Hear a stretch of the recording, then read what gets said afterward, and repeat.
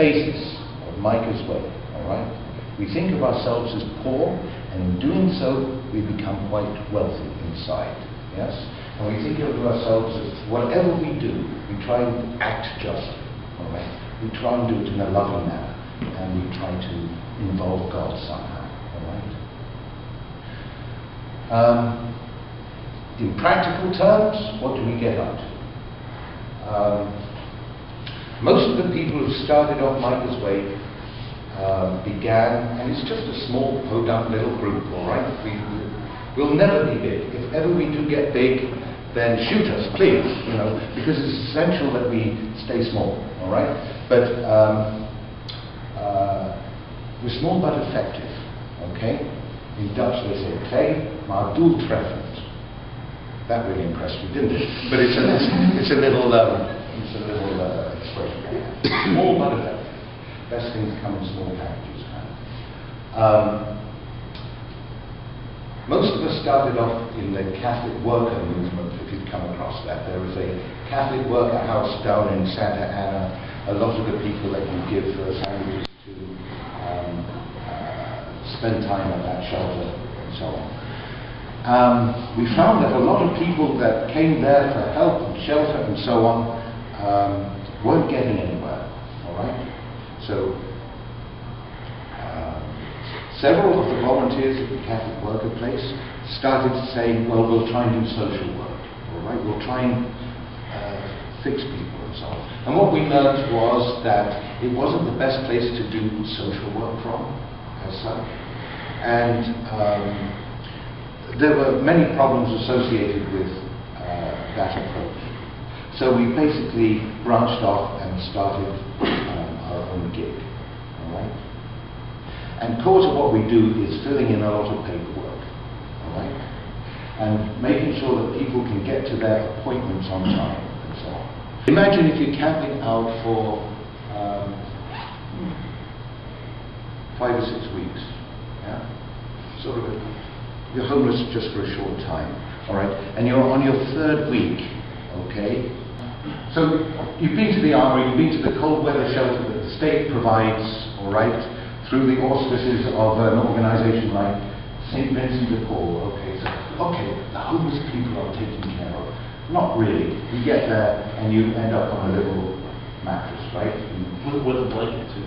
You get a blanket. If you're lucky, that blanket doesn't have any ice in it, okay? Because it's a fairly clean blanket, all right?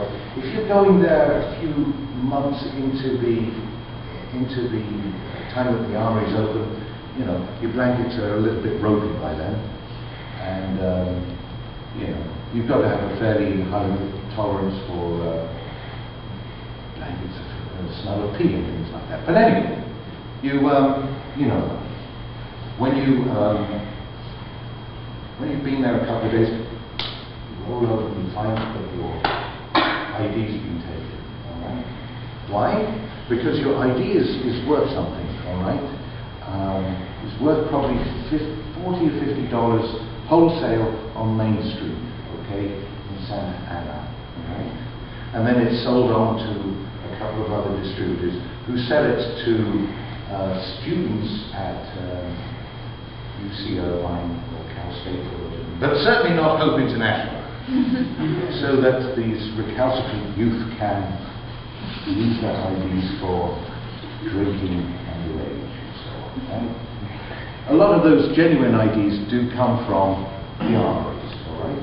So, because they're worth something. So, you've got no ID, you probably lost everything by that time. You know? And you probably do have holes, and you're not sufficiently clued in as to how to work this, that, the other system, agency, and so on. You're pretty vulnerable, right? And you've perhaps gone down to the social services and say, well, you know, what can you do for me, please? And you've waited there most of the day for some response from somebody, and they give you a form to fill in, and perhaps you've lost respect because you can't really read the form, and when you get to the window, they ask to see your ID, and I don't have an ID. Oh, well, thank you very much. Come back when you have one, right? So you're stuck for another week, 2, 3, 4, and you know, you don't really know how to work the system, and you're asking people around you, and you really have to put a lot of trust in people. Where can I go for a meal? I'm really, really hungry. Well, Saturday, is it Saturday? Saturday you can get a sandwich from the people at Hope International, and get sandwiches out there. Thursday, there are places where you can go and get food, but there are problems associated with that too, all right? So eating on the street can really get you down, can get you slow, and then, oh Lord, I had a great meal, but where do you go? Why do you go to the bathroom? Policy of Santa Ana, policy of Fullerton, policy of Garden Grove, policy of Anaheim, policy of most of the cities around, take out all the public bathrooms. Right? Basically, because if there's a public bathroom that's open, then you get we don't want to be attracting hopeless people around that.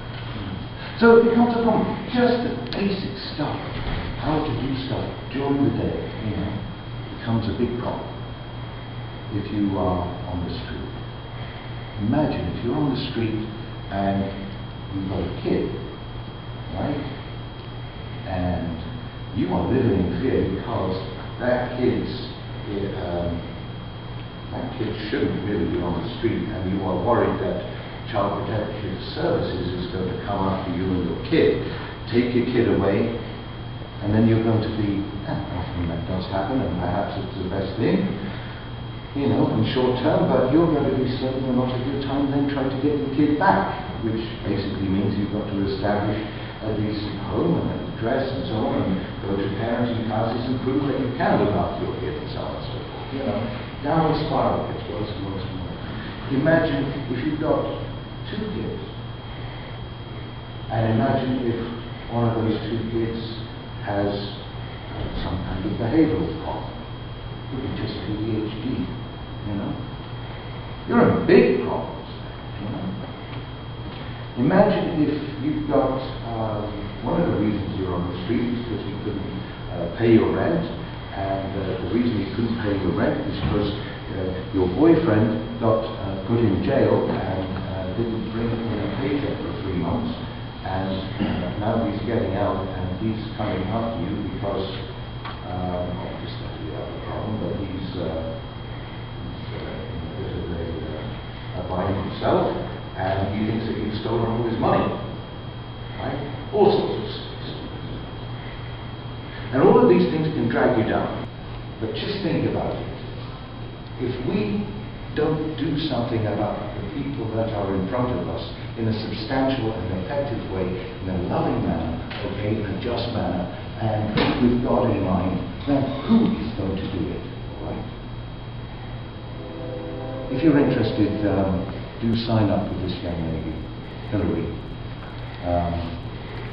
And even if you're not, do pray for us. If you are, pray.